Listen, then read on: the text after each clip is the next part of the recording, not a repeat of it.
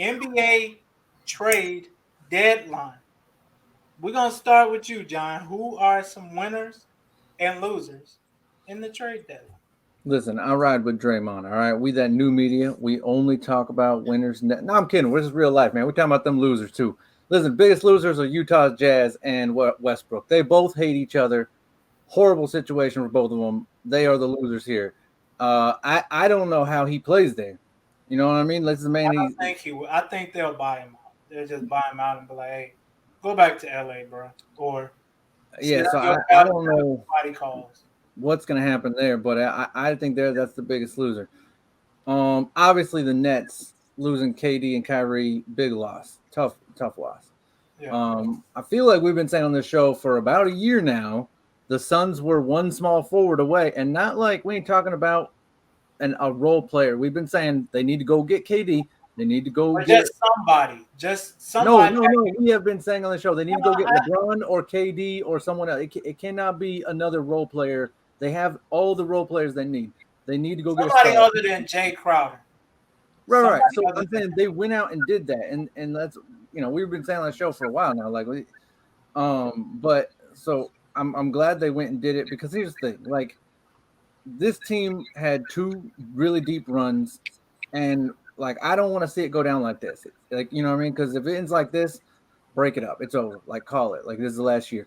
yeah. They need to go say, all right, we're doing one final push, and they did. I like the move they went and did. And then you Um, got Katie for what? Another 3 years? Another big loser, I think, is Steve Nash, man, because this man got fired by Kevin Durant from his team, and then Kevin Durant went to his old team, and now he's going to win a ring with him, which he never could do. So Steve Nash is the other big loser here. Poor guy, man, just sitting there watching KD go to his old team and You just, would just gonna you take over. would be the only one to think hindsight 2020 in that. Ah, I ain't gonna lie. those are my I losers. was gonna start it off by just saying this is just typical of KD again, man. I'm just gonna be honest. Is it? Or did he just see that writing on the wall? And let me explain though. Just let me explain. Let me explain. This is just when I say it's typical of KD.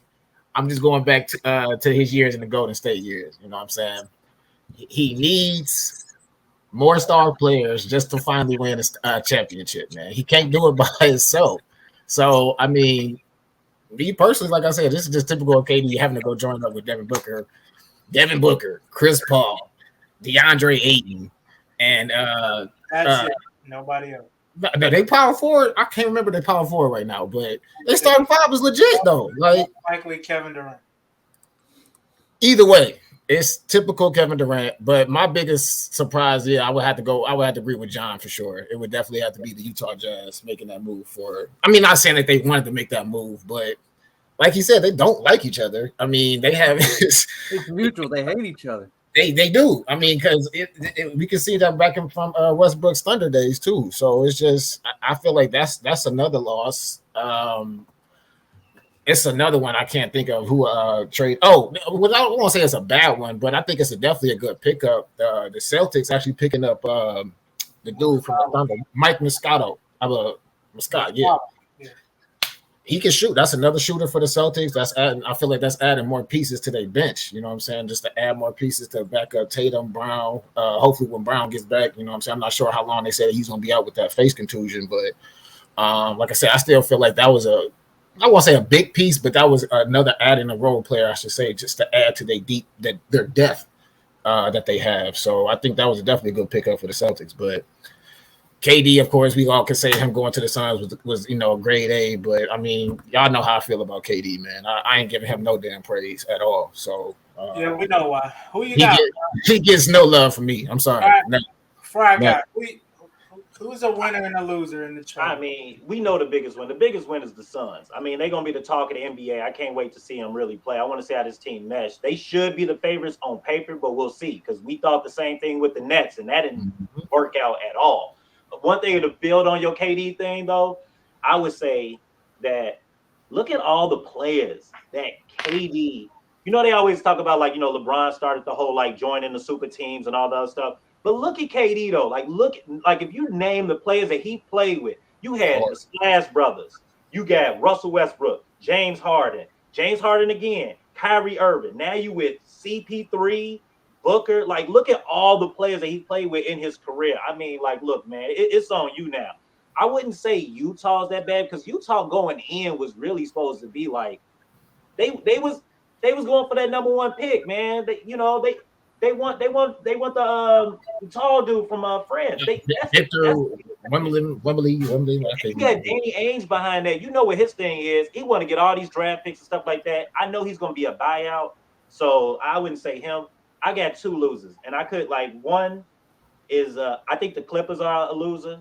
I just feel like they got rid of all these point guards. They need a point guard. And I mean, unless Terrence Mann can step up, I actually like him in the coming off the bench. But like right now, he's starting point guard. We'll see. Now, if he balls out and takes that next step, then okay, they might be okay. But that's one loser for me. Another one, I got to keep it here, man. The Bulls, man. Like, there's only two teams that didn't do anything, and one is Cleveland, Yep. and the other one is the Bulls. But see, Cleveland's okay because they already made a big move and getting Mitchell and young. So like they gonna work their way. Like they got a young core. So you don't really need to do nothing with them right now. You got to see how that thing like progresses over the season. The Bulls, on the other hand, old, slow. You don't got Lonzo Ball. You got no point guard. It's literally like, it's your turn, my turn type of offense right now.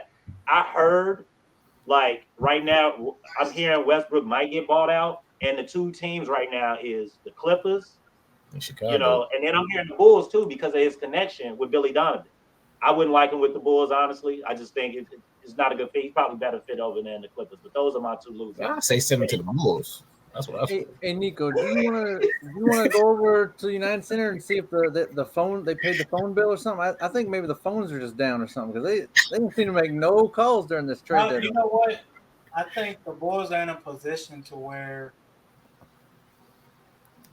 really the only guy, because I mean, let's be honest, the only guy we really heard about them trading would have been Zach LaVine. But what do you get back for him? A guy that you probably can get anyway if he gets bought out? I'm with you. Because, at the same time, if you were to trade him, I heard there was talks with him with the Knicks. But I'm like, what are you getting back from the Knicks, really? With that? If you ain't giving me RJ Barrett or that's what I'm saying. Somebody I can build on. Cam Reddish or somebody, we ain't talking. Right. I don't want no Obi Top. Didn't Reddish go to Utah too? Or no? No, he got traded to Portland. Ooh,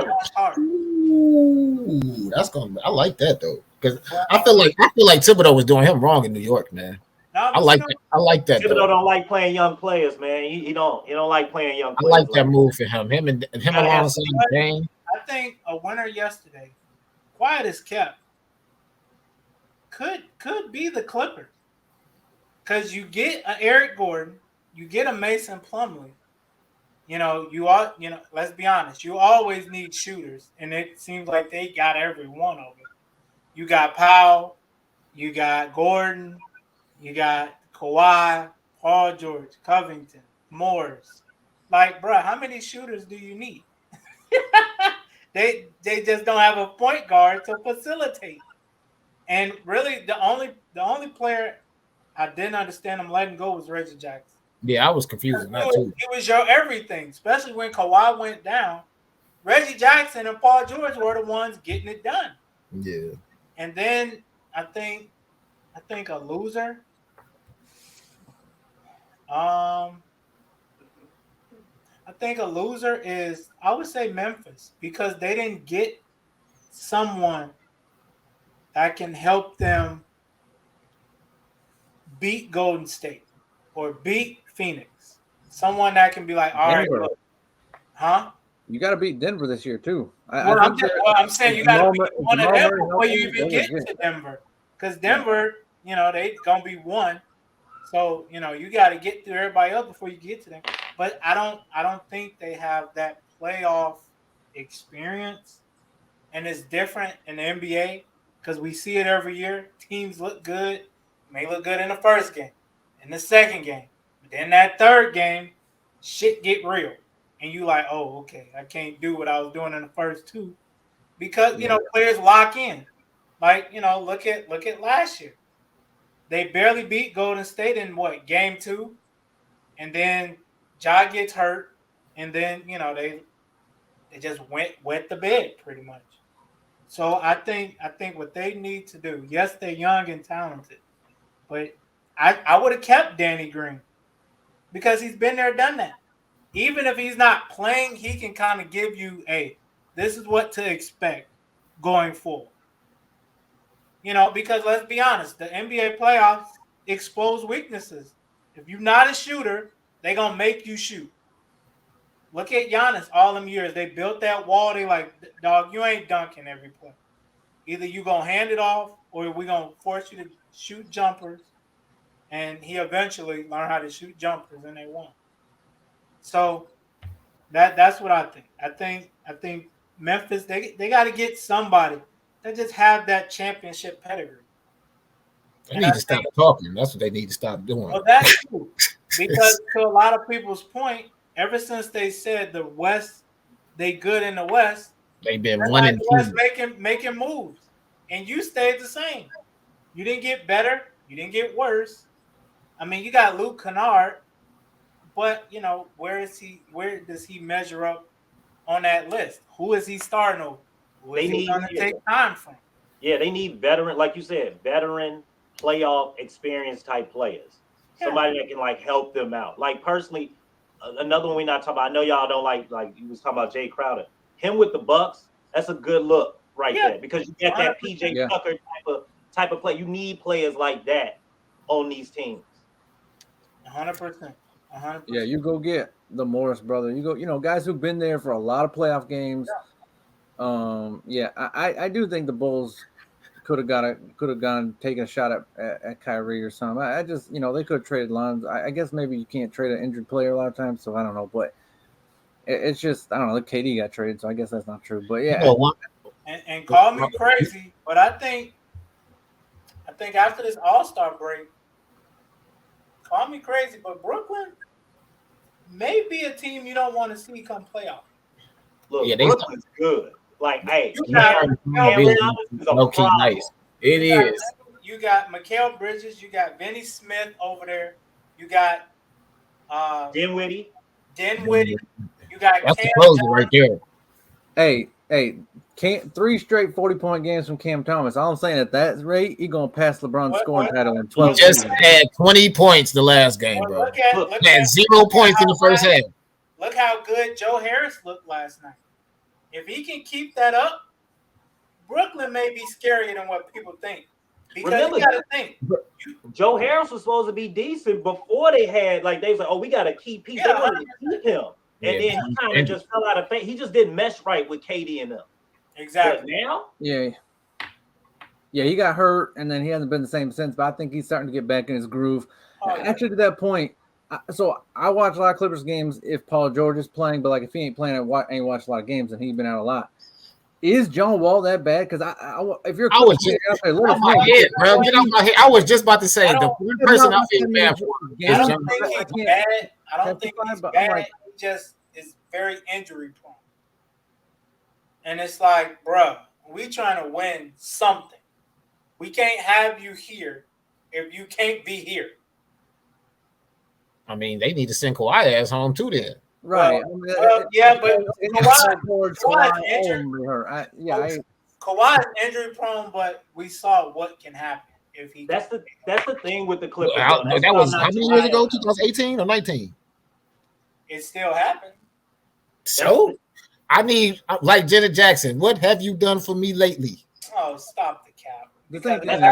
That's the thing with the Clippers, though. Granted, they don't have a point guard, but one thing about that, I mean, like you said, Paul George in and out, mostly because of injury. Normally he tries to be, and then Kawhi's on load management all the time. It's like, all right, man, when we gonna get in a groove with this team? They one of the lowest scoring teams in the NBA just because they stars don't even play. That's why Reggie Jackson was so key for them. Now he's gone. John Wall's gone. Yeah, you got more of a bench, but who gonna play the point? Terrence Mann, he got to take that next step. You gonna have to. So hard for a point guard to get in a groove when he plays with different players every other night. It's just wild. Yeah.